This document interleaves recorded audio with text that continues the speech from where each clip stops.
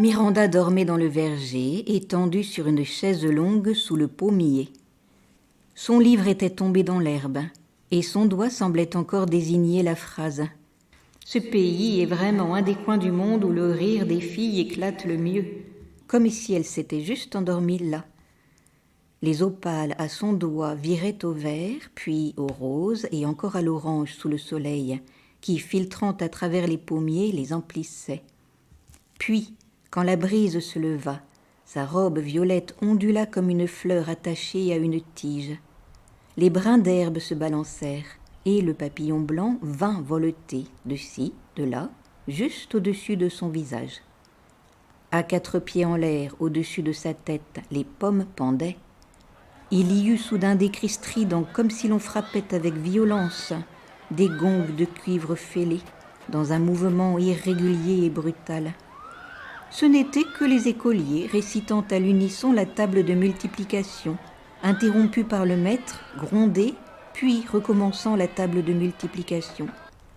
Mais cette clameur passa 4 pieds au-dessus de la tête de Miranda, à travers les branches de pommier, et vint frapper le petit garçon du vacher qui cueillait des mûres dans la haie, alors qu'il aurait dû être à l'école, et le fit s'écorcher le pouce sur les ronces. Ensuite, un cri solitaire, un cri d'homme triste, brutal.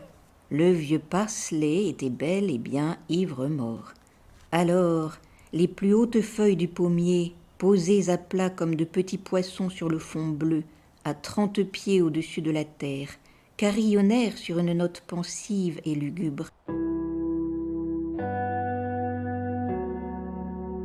C'était l'orgue de l'église qui jouait l'un des cantiques anciens et modernes.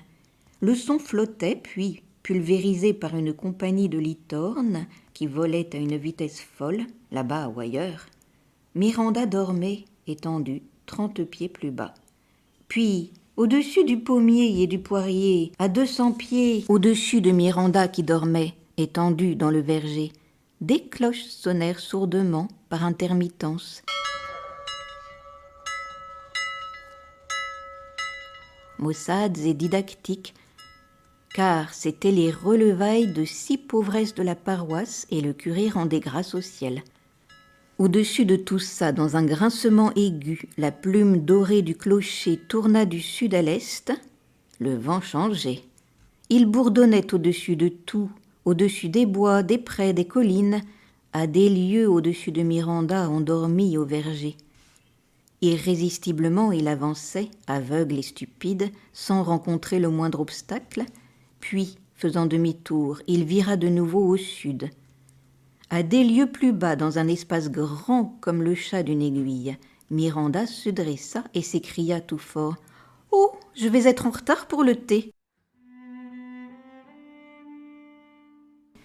Miranda dormait au verger, ou peut-être ne dormait-elle pas, car ses lèvres bougeaient très doucement, comme si elle disait « Ce pays est vraiment un des coins du monde où le rire des filles éclate, éclate, éclate. » Puis elle sourit et laissa son corps sombrer de tout son poids sur la terre énorme qui se lève, pensa-t-elle, pour me porter sur son dos comme si j'étais une feuille ou une reine.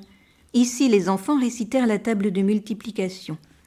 Ou, continua Miranda, comme si, étendue en haut d'une falaise, j'entendais le cri des mouettes au-dessus de moi.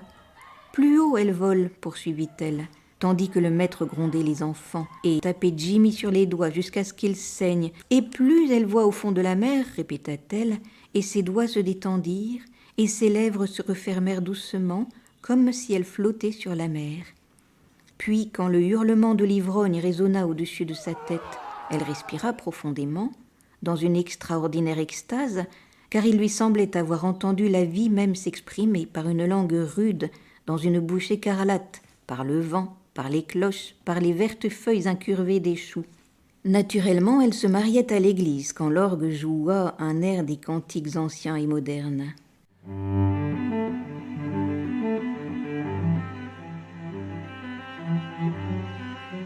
Et quand les cloches sonnèrent après les relevailles des 6 pauvresses, le bruit sourd, morne et intermittent lui fit penser que la terre elle-même frissonnait sous les sabots du cheval qui galopait vers elle. « Ah, je n'ai qu'à attendre, soupira-t-elle.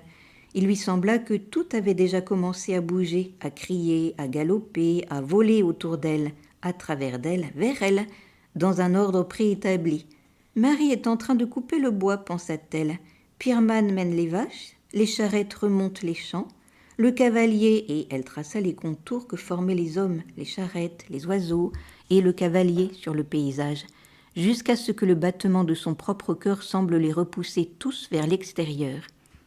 À des lieues en l'air, le vent tourna, la plume dorée du clocher grinça, et Miranda se leva d'un bond et s'écria « Oh, je vais être en retard pour le thé !» Miranda dormait au verger. Dormait-elle ou ne dormait-elle pas? Sa robe violette se déploya entre les deux pommiers. Il y avait 24 pommiers dans le verger, certains qui penchaient légèrement, d'autres qui poussaient tout droit avec un élan du tronc qui s'épanouissait en branches et se transformait en rondes gouttes rouges ou jaunes. Chaque pommier avait assez d'espace. Le ciel épousait exactement les feuilles. Quand la brise se levait, la ligne des branches contre le mur s'inclinait légèrement, puis revenait. Un hoche-queue traversa d'un coin à l'autre en diagonale. Sautillant avec précision, une grive s'avança vers une pomme tombée. Depuis l'autre mur, un moineau voleta juste au-dessus de l'herbe. L'élan des arbres vers le ciel était contrecarré par ces mouvements. Les murs du verger renforçaient l'impression de densité, car à des lieues au-dessous, la terre était contractée, ridée en surface par les vacillations de l'air. Au coin du verger, le bleu clair était fendu d'une strie violette. Comme le vent tournait, une grappe de pommes fut projetée si haut qu'elle masqua 2 vaches dans le pré. « Oh, mais je vais être en retard pour le thé !» s'écria Miranda, et les pommes revinrent pendre juste en travers du mur.